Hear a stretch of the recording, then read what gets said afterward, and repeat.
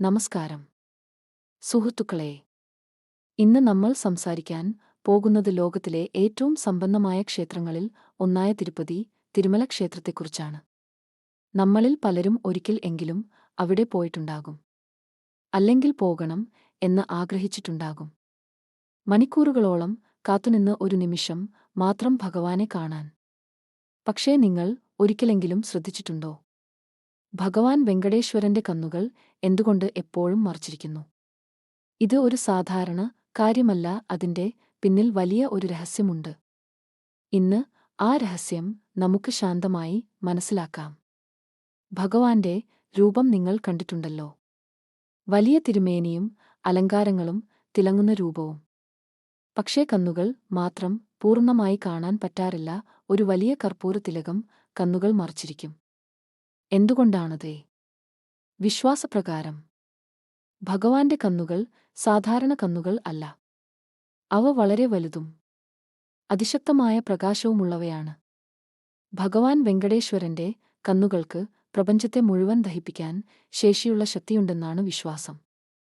ആ ചൈതന്യം നേരിട്ട് ഏൽക്കുന്നത് സാധാരണ മനുഷ്യർക്ക് താങ്ങാൻ കഴിയില്ല. അതായത് അവയിൽ അത്രയും ശക്തിയുണ്ട്.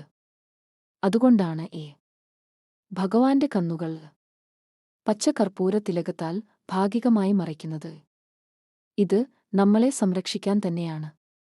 പക്ഷേ ഒരു ദിവസം മാത്രം ആ കണ്ണുകൾ പൂർണ്ണമായി കാണാൻ കഴിയും. അത് ഏത് ദിവസമാണെന്ന് അറിയാമോ? വ്യാഴാഴ്ച.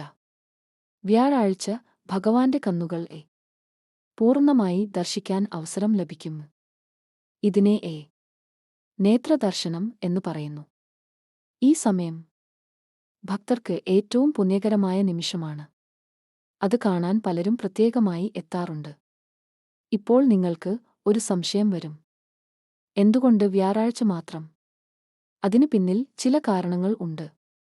വ്യാഴാഴ്ച തിരുമലയിൽ വളരെ പ്രത്യേകതയുള്ള ദിവസമാണ്. ഇതിനു പിന്നിൽ ചില പ്രധാന കാരണങ്ങളുണ്ട്.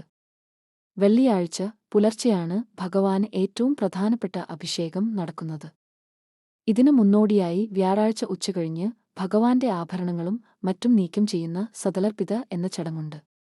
ഇത് ഒരു പ്രത്യേക ചടങ്ങാണ്. അത് നടക്കുമ്പോൾ ഭഗവാന്റെ നെറ്റിയിലെ വലിയ തിലകം ചെറുതാക്കി മാറ്റും.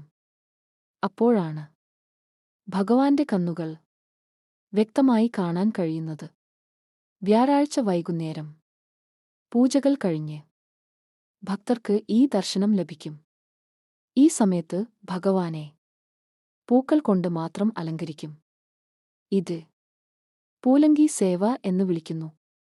ഈ സമയം ഭഗവാന്റെ രൂപം വളരെ ശാന്തവും മനോഹരവുമാകും. വ്യാഴാഴ്ച ഭഗവാൻ തന്റെ ഭക്തരെ കാണാൻ ശാന്തസ്വരൂപത്തിൽ കണ്ണുകൾ തുറക്കുന്നു എന്നാണ് വിശ്വാസം. ആ സമയത്ത് ഭഗവാന്റെ ദൃഷ്ടി നമ്മളിലേക്ക് വരും. അത് വലിയ അനുഗ്രഹമായി കരുതപ്പെടുന്നു. ഭഗവാന്റെ കണ്ണുകൾ താമരപ്പൂവിന്റെ ഇതളുകൾ പോലെ വളരെ മനോഹരമാണ്. ആ ദർശനം കിട്ടുന്നവർക്ക് ജീവിതത്തിൽ ഐശ്വര്യവും മനഃശാന്തിയും ലഭിക്കും എന്നാണ് പറയുന്നത്. സുഹൃത്തുക്കളെ, നമ്മൾ ആ തിരുനടയിൽ നിൽക്കുമ്പോൾ ഒരു കാര്യം ഓർക്കുക. ഭഗവാന്റെ കണ്ണുകൾ ആ വലിയ കർപ്പൂര തിലകത്തിനുള്ളിൽ അടഞ്ഞു കിടക്കുകയാണെന്ന് ഒരിക്കലും വിചാരിക്കരുത്. ആ തിലകത്തിന്റെ ഇടയിലൂടെ ഭഗവാൻ നമ്മളെ ഓരോരുത്തരെയും നോക്കുന്നുണ്ട്.